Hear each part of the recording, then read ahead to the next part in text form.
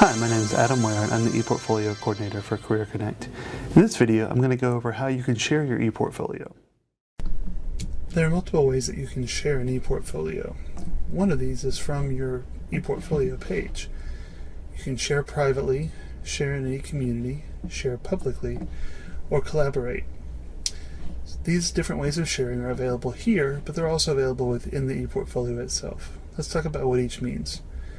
Share privately means to send to one person, and you can limit how long they can look at it by date.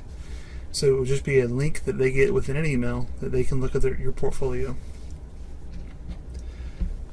Share in an e-community is one where you can share it within an e-community you're involved in, usually a course or some other thing like that, where you can look at the portfolio as a group and discuss what may need to be changed in the portfolio and why you might want to change it.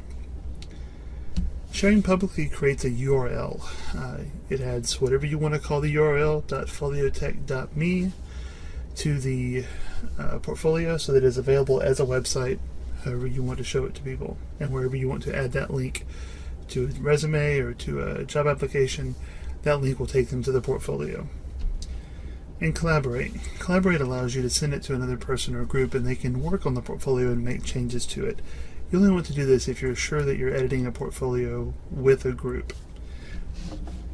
Now, while you're editing the portfolio, you can choose to share it by going up here to Sharing, clicking on that, and then choosing one of those four options we previously discussed: share in an e-community, share publicly, share privately, or collaborate. These are the ways you can share your ePortfolio. I hope you found that video useful. In the next video, I'm going to show you how you can get support for issues you may have with your ePortfolio. You can find the link to that video here.